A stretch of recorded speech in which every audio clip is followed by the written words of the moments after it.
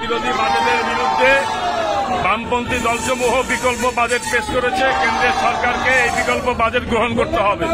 আমরা দেখতে পাচ্ছি ফসলের ন্যায্য মূল্যের নিয়ে কোনো কথা নেই। আমরা দেখতে পাচ্ছি রেগার প্রকল্পে বরাদ্দ বৃদ্ধি করা হয়নি।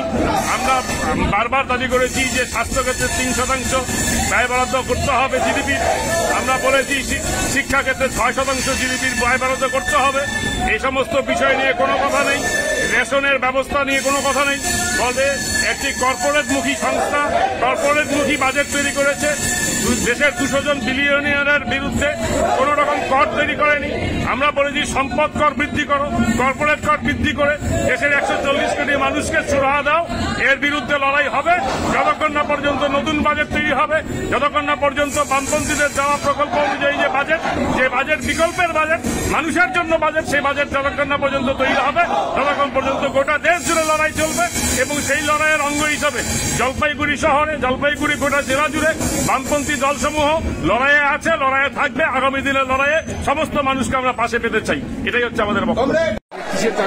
কর্পোরেট মুখী কেন্দ্রীয় বাজেট, তার বিরুদ্ধে দেশব্যাপী বামপন্থীরা রাস্তায় নেমেছে।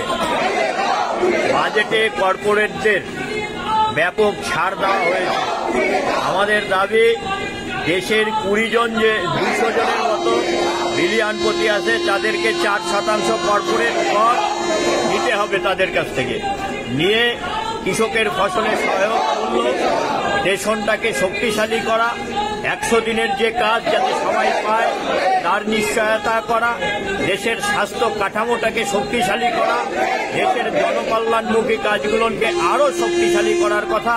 তার সাথে এসসি অর্থনৈতিক দিক থেকে, সামাজিক দিক থেকে পিছিয়ে পড়া সেই মানুষগুলোর বিকাশে আরো বেশি গতি দেওয়ার কথা, আরো অর্থ বরাদ্দের কথা আমরা বামপন্থী দলগুলো বলেছি।